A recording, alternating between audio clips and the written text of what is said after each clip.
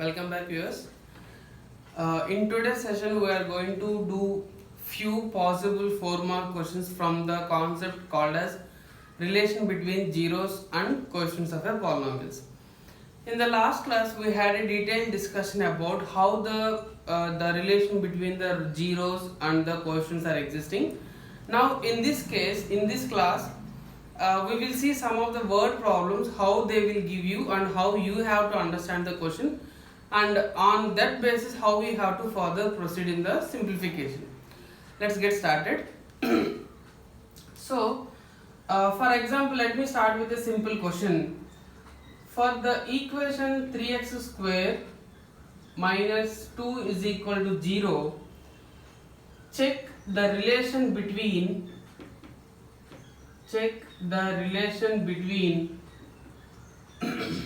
zeros and coefficient of polynomials, right?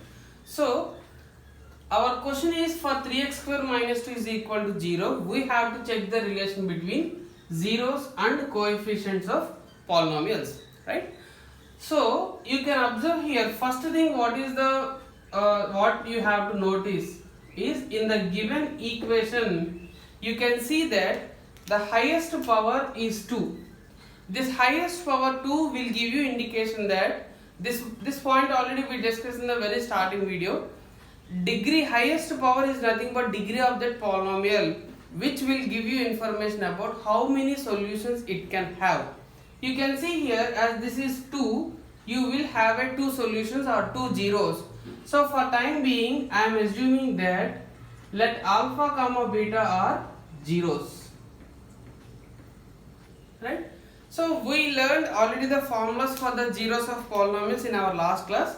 If you have any standard equation, quadratic equation, ax square plus bx plus c is equal to 0, you will get the values of alpha plus beta, that is sum of the roots, as a minus b by a, and alpha beta is equal to c by a. This is what we calculated, we learned already in our previous class. So first let us try to simplify this, and then let us try to identify what are the zeros we will get, and henceforth we will check whether these relations are getting satisfied or not. So actually, if you just observe this equation 3x square minus 2 equal to 0, you no need to go for any further factorization, because for the simple reason there is no middle term here. That means that bx term is missing. Straight away you can write this 3x square is equal to 3, x square is equal to 2 by 3, x is equal to plus or minus root 2 by 3.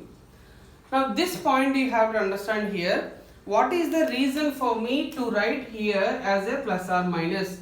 Because we are saying that it is a power 2 equation, it's a quadratic equation. That means you will get a 2 zeros.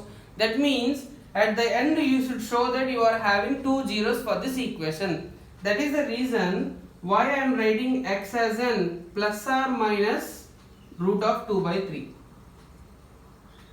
Right? So you got the 2 zeros now. You can name one as an alpha, another as an beta. So this is alpha, let us say, and this is beta.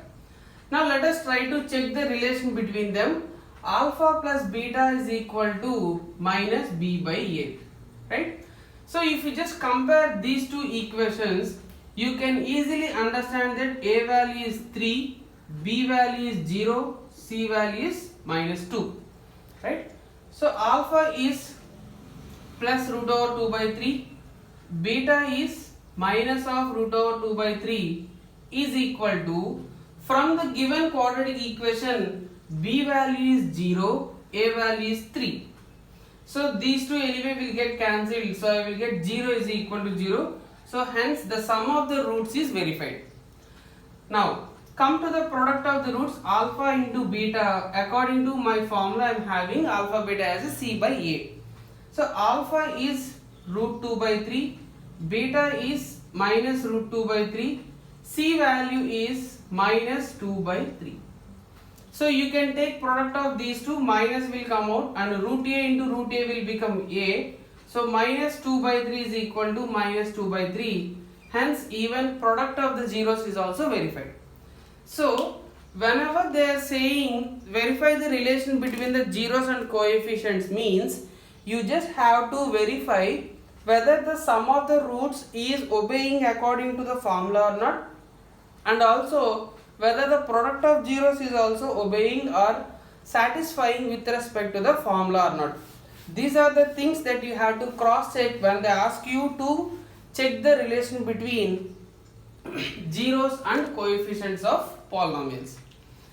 Now let us go into, this is a direct question, right? You are given with an equation and you are asked to check the verify the relation.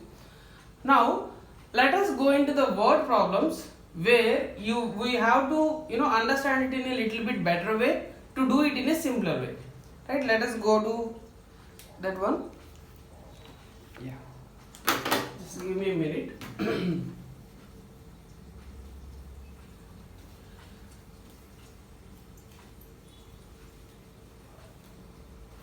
So the main thing lies here is you just have to understand and simplify the given equation, and accordingly you just have to proceed with the solution. This is the only point you have to remember.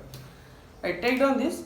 If 1 0 of the quadratic equation, if 1 0 of quadratic equation, sorry, quadratic polynomial they are saying, quadratic polynomial f of x is equal to 4x square minus 8kx plus 8x minus 9 is negative of other, is negative of other,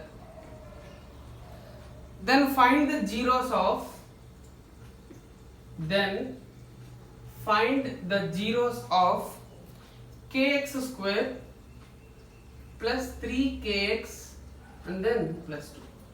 This is a very important 4-mark model. Please see here. If 1 0 of the quadratic polynomial is negative of other, so you can observe this f of x, whatever they had given to us, this is 4x square minus 8kx plus 8x minus 9, right?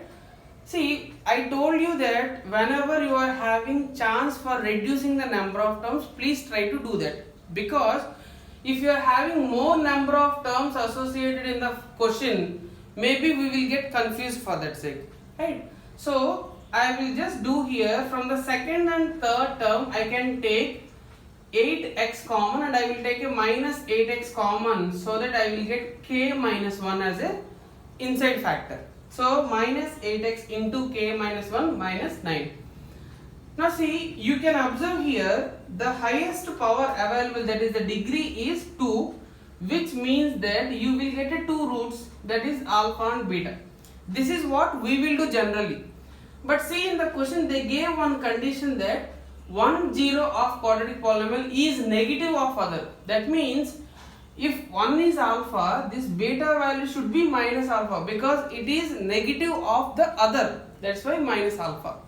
So according to our formulation, sum of the roots is equal to minus b by a, minus b by a. So the common mistake what students will do here, b value they will substitute as a 8 into k minus 1. They tempt to forget this minus. So please be careful, minus also has to be included, divided by 4. So beta is nothing but minus alpha is equal to, you can cancel this 4 and 8 and you will get 2 into k minus 1. So this is 0 is equal to k minus 1 implies I will get k is equal to 1. But actually they are not asking you with respect to this equation, this polynomial. They are asking for this thing, right? So, but if you have to find out the zeros of this polynomial also, first you have to get a k value. So if I substitute k value here, my new function, my new polynomial will become x square plus 3x plus 2, right? Now we know how to factorize this. This 2 can be written as 2 into 1, and to get the 3x it is enough 2x plus x. So from the first two terms take x common, second two terms 1 as a common, finally I will get x plus 2 into x plus 1. These are the factors for this polynomial. But what they are asking, zeros of this polynomial. If you have to get the zeros, what you have to do? You have to equate individual terms to 0. Then you will get x value as a minus 2, x value as a minus 1. These are the zeros of kx square plus 3kx plus. So you just have to understand the given conditions very clearly, whether they are saying what is the relation that is existing between the zeros of polynomials to get the answer, right? Now in the same logic, like with the same model, we will go for another question, and in that question I will tell you what made me in this particular question to take only sum of the roots. Why can't I take the product of the roots? You can observe here in the question, as they said one is negative of the other, I took only alpha plus